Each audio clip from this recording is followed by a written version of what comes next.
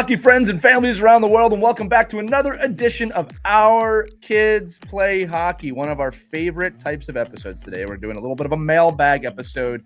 What's funny is we've had so many guests on and so many topics coming up that we haven't had a chance to do these in a while, and this is one I've been waiting for because we got a couple great questions here. I'm not going to lie to you. These are questions we haven't been asked before, and they come from kind of all over the age range in terms of how you would answer them. So I'm going to dive into them quickly. But before I do that, let me introduce my co-hosts, Christie Burns and Mike Benelli. Guys, it's great to see you both, as always. Yes. Happy New Year. Happy New Year to you, too. All right, we're going to dive right into it. Mike, you're going to love this question. Christie, I'm interested in your thoughts on this question, too, from a parent standpoint, right? Because Mike and I are definitely going to look at this from a coaching standpoint. Sure. But this question comes from Mike. We don't give last names on the show to protect the innocent. He says, hey, love the podcast. Hoping you might know someone who can find me a stat for a team I'm coaching. In our last game, the team's goalie had a bad game. For the goalie, I was able to use the situation to remind him how important it was to properly prepare for a game beforehand. So it was a great learning experience for him. But for the rest of the team, their reactions were bad. The forwards believed that they had nothing to do with the goals being scored. The point I would like to make to the team is this. If there was a shot on net, that usually means the rest of the team did something wrong or bad bounces happened. There has to be a stat somewhere on how many bad events, missed assignments, players missing their checks, not doing stick on puck, bad bounces in a sequence for a goal to happen. I've been trying to track it with the kids this season. I keep coming up with at least 3 mistakes. It seems to happen before any shot or goal, but would love to have some sort of official stat. There must be analytics out there to help us figure out an average. Thank you very much. It's a great question. Mike, before we go into the stats, right, I think we just have to acknowledge that it's a game of mistakes, right? So for any coach out there talking to your team, there is no goal scored, even if the goalie puts it on his stick and puts it in his own net, where it's just the goalie's fault. That's obviously a very extreme example, but a lot of things have to happen for goals to be scored or scored against. So I think establishing that, Mike, right, with your team, right at the start of the season, is it's team game, accountability. That we talk about this all the time when the show has to be established. Yeah, I mean, as far as official stats, I mean, it depends on what level of granularity you want. Like if you're going to go with using RinkNet or Huddle or using a service that tracks those stats, that's, those are like, that's NHL level stuff, right? Those analytics of how many unforced turnovers were there on the blue line, neutral zone, how many times was there a missed pass or an unchecked assignment, or like those kind of things are really like at the youth level. I'm not sure I'm using that tracking ability or taking that time and effort, but there is a cause and then a result, right? So yeah, and I think the one thing I could say to any youth coach is that 99.9% of your goals are not getting scored if the puck is in the other offensive zone. So if you're working on stats, it's really that neutral zone, the danger area we talk about at every youth level, 10 feet inside the blue line, 10 feet outside the blue line. These are where stats can really show you and your teammate, your teams, when you're tracking this at any level, where those turnovers result in negative or positive things. Right. And if you can track just that one thing, you have a parent say, okay, we got over the red line. We lost the puck due to nothing else but our own fault. Like that can start now establishing not gaining the zone, not getting into the offensive area, not protecting the puck, not be able to set up a forecheck, all those kind of things that break down in a game that result in the puck going the other way. Those are things you can easily see. Like that's just a visual eye test, really. Yeah, and I think it can be helpful. One of my son's coaches, and he was older, he was probably 12 or 13, was really into stats and shared it with the boys. They loved it. They loved absorbing it. They loved kind of seeing what the trends were and seeing where they were trending. I think it can be helpful. Older kids, right? Not the little ones. Maybe you can simplify it for the little ones. I think there could be some merit to that. Oh, 100%. Look, I can say this right now. Just looking at the language from the email, I'm gonna say it again before we get into any stats. It's like you have an accountability problem, right? Because there's no plays in this game where everyone's innocent. You know what I mean? It's just you have to establish that first. Now, when it does come to stats, now this person in his email did say checking, so I'm assuming that it's above 14 years old.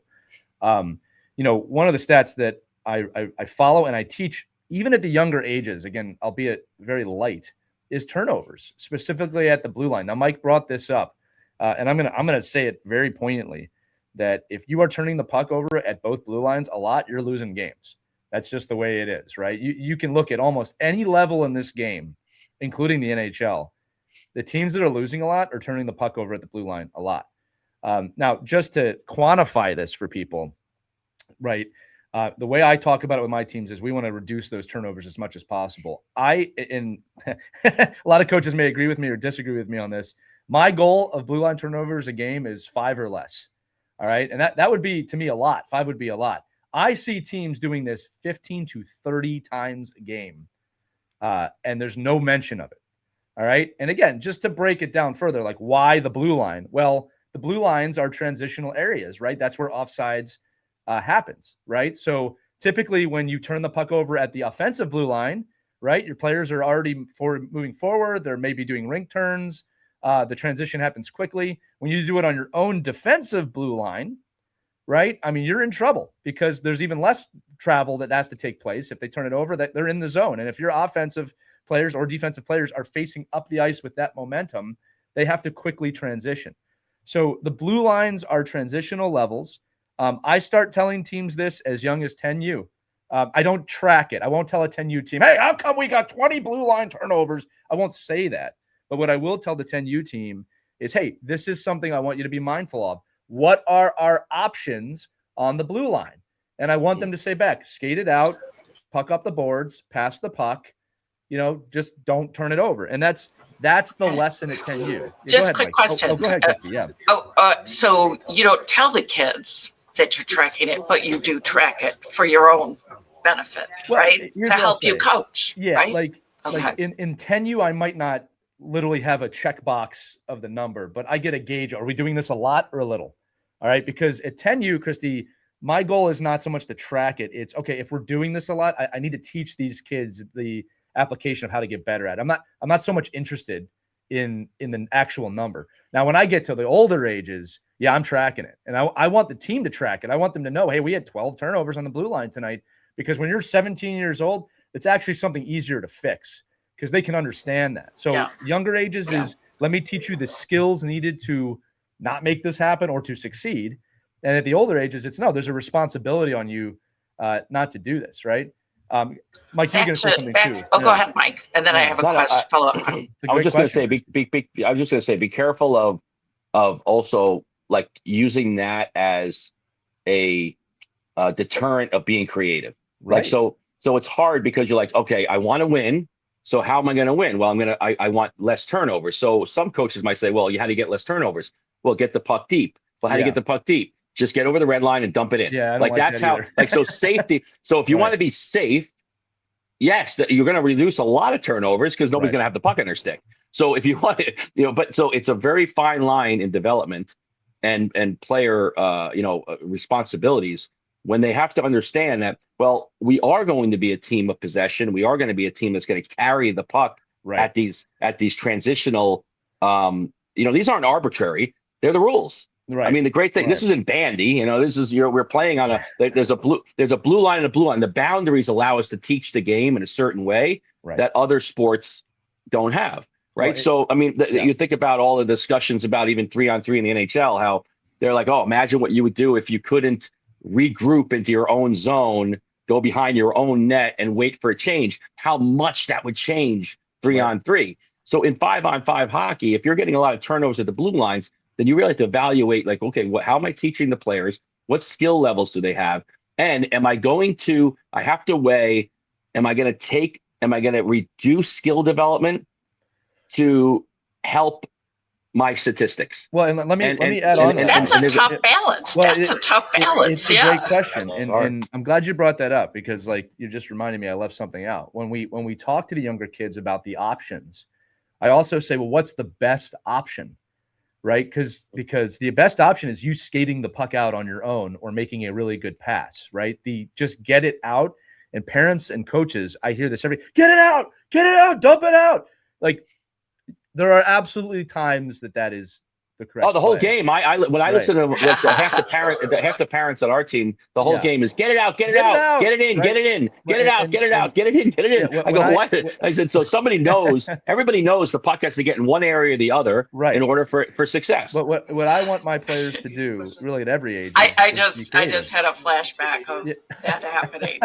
Well, listen, thank you for bringing back those memories. You yell get it out because when it's outside the blue line, you're quote unquote safe. But then you got to get it in. But you got to get it in, right? So again, part of the application is what Mike said. I love you brought that up, is the creativity of, it's not just about get it out, right? So when I talk to my players of let's get it out, they understand, okay, coach wants me to skate or pass it out, right? Like this also brings up another point that I always tell my players, there's usually 5 great plays and 5 poor plays on every situation. Just make one of the 5 right ones.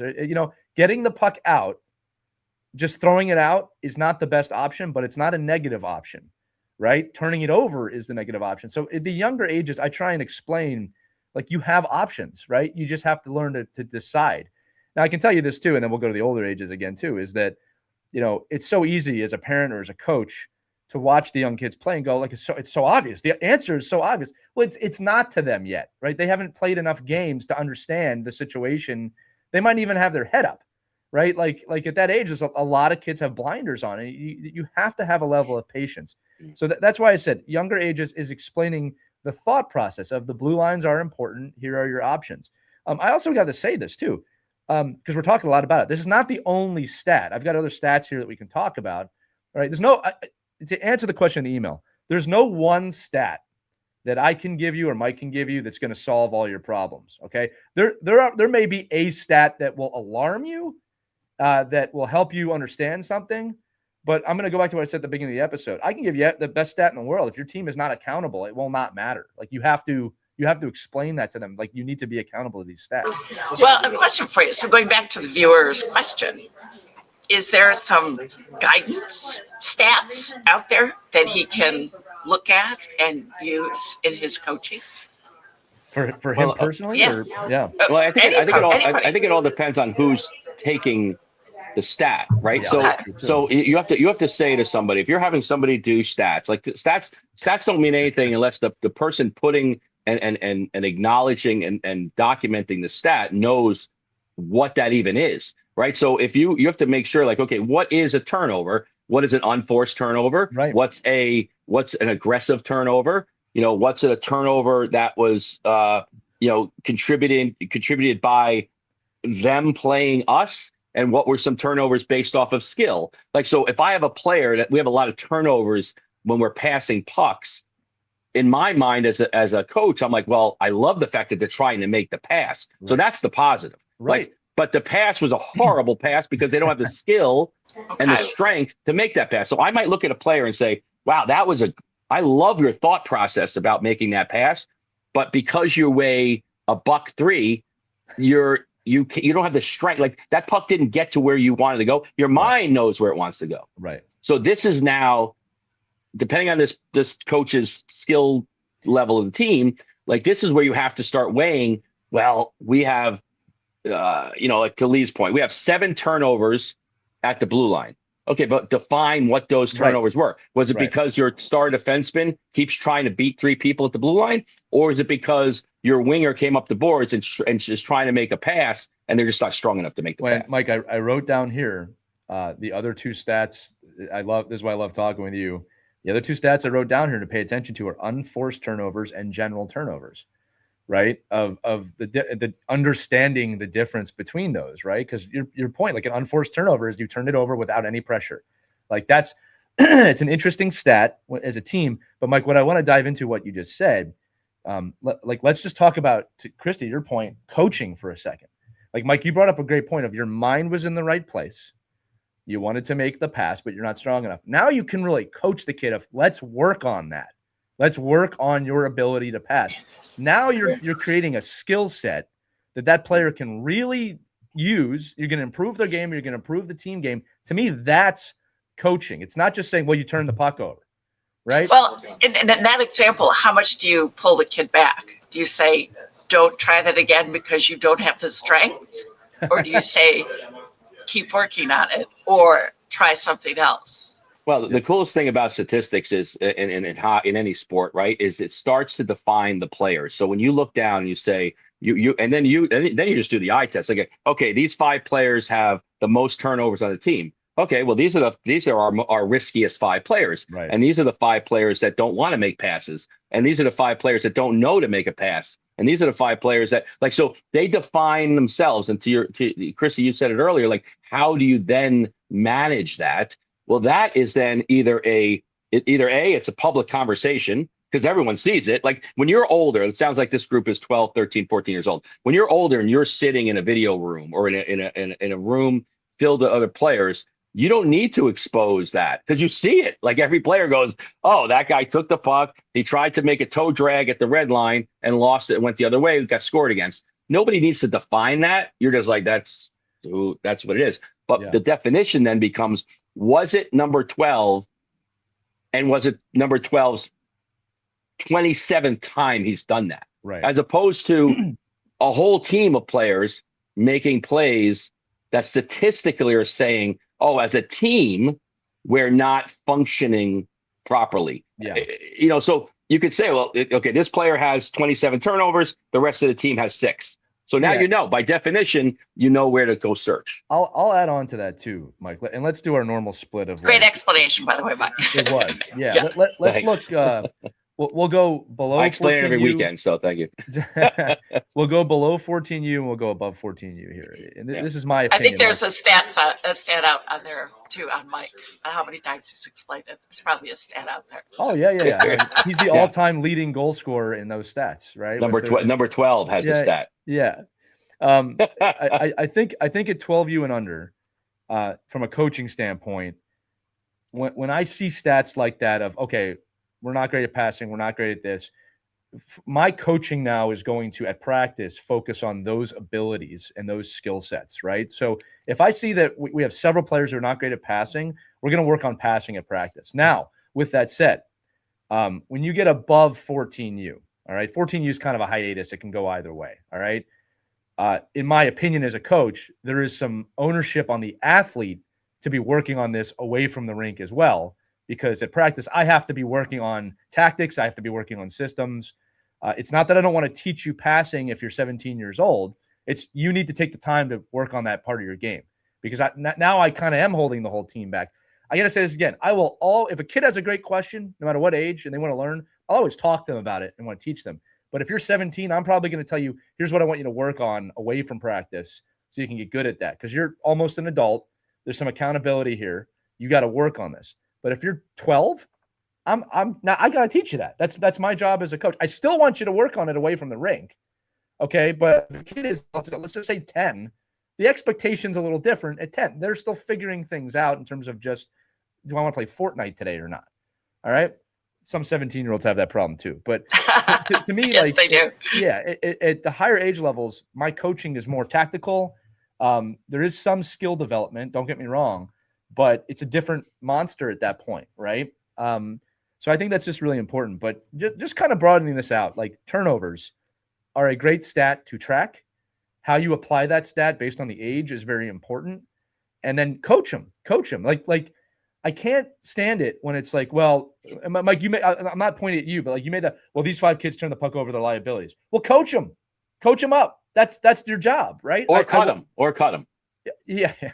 Look, it is my biggest belief that it's the kids that are lacking talent that need to be coached the most, because they are the ones that are going to put you over the top. If you just wait for your top 3 players to do it, at some point, a good team's going to come along and just shut them down. Go ahead. Right. But I think all of us as coaches, like you mentioned it earlier, like some of us think we can reform that kid. Like a lot of us think, oh, that kid's so good, but he just can't understand. He can't make that play. And a lot of us, like me, I take that as a challenge. Like, I can reform that kid. Right. I like that too. And the 7 coaches before him said, you can't reform him. It won't work. And then you sit there and go, okay, you're right. I said, or or hey, don't take this kid, because we're all like, we look at that deviator kid and we like, wow, that kid could do all this, but can he work within the constraints of the team? Yeah. And this is where, I think to this, like, so just to put a bow on the question on my side, it really is like, I would just do 3 stats. Like if I have a parent in the stands, I would be unforced turnovers, being aggressive, like in making plays, right? And then turnovers based off of the other team competing against you, right? Because then now you could say, well, okay, we had 90% of our turnovers are because we're just not strong enough on the boards because the other teams are coming and taking the puck from us, rather than not having not being risky. Well, and I will say this too, in kind of conclusion on this question, that these are team stats, right? These are not just stats to use against one player for the whole season, right? They're team stats. The question was about, how do I get the team to understand that these goals against are not just on the goalie? That's where these come in. Individual stats are a thing too. All right. But they have to be used in a positive way to improve a player. These are great stats for that. Listen, while we're on stats real quick, I have to say this just because we're talking about stats. For the volunteer parents that are doing stats, first off, God bless you. God bless you. You're in the box with an iPad. You probably learned how to use it today. I'm begging you all as a goalie dad to understand the difference between a shot and a shot on net. Only because, again, as you get older, it's even more important. It's so important for the goaltenders that they get that correct. I'm not saying your save percentage matters when you're 12. All right. But a shot on net is, if there was no goalie in net, it would have gone in the net. A shot is just a shot. Shots on net are what we count for goaltenders. I just think it's important you know that, because it's an important stat. Mike, do you agree with that, Christie? And if it hits the post, I do agree with that. If it hits the post, it's not a shot on net. Not a shot on net. Yeah. Again, if it had a chance of going in the net, like if it's going in without a goalie, that's a shot on net. That's what you track. So unless you're the goalie parent doing the shots. Yeah. Huh? Unless you're the goalie parent doing the stats, then anything that's around the goalie is a shot pass on can net. be a shot on net if that's the case, right? My son had 72 shots today. Saved 71. 72. Yeah. No, I'm joking. Like that, if you counted only shots or anything, that might happen. Yeah. But anything that comes over the blue line is basically a shot on net. Yeah. Right. All right. So listen, closing this episode out, and we only have a few minutes, but this question's a good one for. We have to read it. It says from Brandon. Hi there. I'm looking for some feedback and guidance. My daughter's 5 years old. She just started learning to skate. She's obsessed. It's the first sport that she seems excited about. Question: when should we get her own skates and not use rentals? What kind of stick should we get to start getting her to feel the thing? My wife and I never played hockey, but we watch and go to games all the time. So knowing how to help her develop is new for us in this sport. So first off, get her out of rentals immediately. Okay. Right away. Right No now. rentals. Right now. All right. But do you have Easy to buy new question. skates? No. Here's the thing. If you're going to do learn to play, first off, learn to play hockey is a great option for you because they give you all the gear. It's usually $200 to $300. That's your best option if you really want to get her kitted out. If you're just looking for skates, new skates at that age are not that expensive, but you can also go on Sideline Swap, which is a great site, or Play It Against Sports. Get some used skates. There's nothing wrong with used skates as long as they're in pretty good condition. Get her out of rentals immediately. Yeah, the rentals. It's going to hold her back. Rentals are not designed for good skating. They're designed to just get people out there and have some fun. They're designed for your $10 fee to get on the ice. Exactly. Yeah. No, invest in a. I like a good pair of skates. I don't care what age they are, as long as they fit right and the kids are comfortable in them. They can be used. Yeah. But make sure it's a good quality skate. Yeah. My kid. I didn't buy my kids new skates until they were 14 years old. So ever, and you don't need them. I mean, so I would get the best used skate you can buy. Right. There you go. And then that's going to be your basis. And I think on a stick, it does not matter. 5-year-old doesn't matter. No. Just I would personally, at 5 even, a curve is always nice because it allows the player to have a little bit more success with the puck as far as like their peers. But you don't need to go anything over $80 is you don't need. There is no stick at that age that will make the player better. Right. No, you have to work on it. In fact, I'll say there's no stick at age 15 that's going to make your player better. If the player makes the stick, not the other way around, but you do not have to break the bank on these things. And go to your local hockey organizations. They may have some used gear as well. That's Or high be quality. really, or be really loud in the stands with the other parents that have older kids. Yeah, give the skates left Because over. I guarantee they They've have got 7 pairs stuff of in the skates basement. Yeah. sitting in Yeah. their basement. And again, the top skate, like, everybody, you don't have to go out and buy the top skate. You got to buy a quality skate, get out of the rentals, get something used. The back in the, I think a lot of parents will say, oh, well, don't they have to break the skates in? Like, there is no breaking skates Not in anymore. Yeah. Just go out and get a really 30 good years quality ago, pair there of was. skates. Yeah. Oh That's what yeah, I mean. we used Like, to put our wet socks on and walk Yeah. around the house. you to had to break them in. Now you'll throw on a pair of skates, you bake them for 10 minutes, and you're Look, skating. my last piece of advice on skates is go with what feels the best on your foot. Obviously, that's true at every age group. Sometimes you need a little more protection as you get older, but whatever feels good on your kid's foot is what you should go with. Keeping in mind, too, at that age, used skates usually will feel pretty good. And then the last warning is your kid's going to grow. Your kid's going to grow fast. Look at me talking like an older hockey parent. All right, your kid will go through 2 pairs of skates in a season at some point because they hit a growth spurt. That's another reason why used skates, Mike made a great point, below 14 are probably the way to go. Also check the blade. Go to your pro shop, make sure it's a good blade on that skate, and have them sharpen it appropriately. Yeah. In today's day and age, you can get great reviews, great looks at these skates. And Christie makes a great point. If you're not sure, if you're a beginner, go to the local pro shop, talk to that person. You're 100% right, Christie. Guys, we're out of time, but I knew that question would be quick. But I always love these mailbag episodes. We have a lot of these emails. We still want to hear from you. team@ourkidsplayhockey.com. Email us. Or a lot of you like to use the link accompanying the episode in the description with your name and where you're from. Any questions you have. Not that we're short on ideas for episodes or guests, but we love hearing from you. These are some of our favorite episodes to do. So thank you both for sending these in. Great conversation today. Excellent conversation. You guys are such great coaches. What a great resource. Seriously, I wish you were around when I first started it as a hockey mom. Well, I'm the beneficiary of this, but I appreciate you both. Great conversation. And again, a wonderful episode of Our Kids Play Hockey here. So, Christie, you got to go do the news. You got to go do the news now, which is there's a lot of news happening in Central New York, so we'll get right to it. Apparently, Christie moonlights as a full-time news anchor in Syracuse, New York. Yeah, how do you have the time? That's your side gig from this. Oh, and you can catch us on our Plus channel, WSYR Plus. Catch Our Kids Play Hockey. I love that, WSYR Plus. And then Mike and I got to go coach. So we'll see you all later. Make sure you have a wonderful day. Enjoy your hockey. Enjoy your friends. And we'll see you next time on Our Kids Play Hockey. Take care, everybody. We hope you enjoyed this edition of Our Kids Play Hockey. Make sure to like and subscribe right now if you found value wherever you're listening, whether it's a podcast network, a social media network, or our website, ourkidsplayhockey.com. Also, make sure to check out our children's book, When Hockey Stops, at whenhockeystops.com. It's a book that helps children deal with adversity in the game and in life. We're very proud of it. But thanks so much for listening to this edition of Our Kids Play Hockey, and we'll see you on the next episode.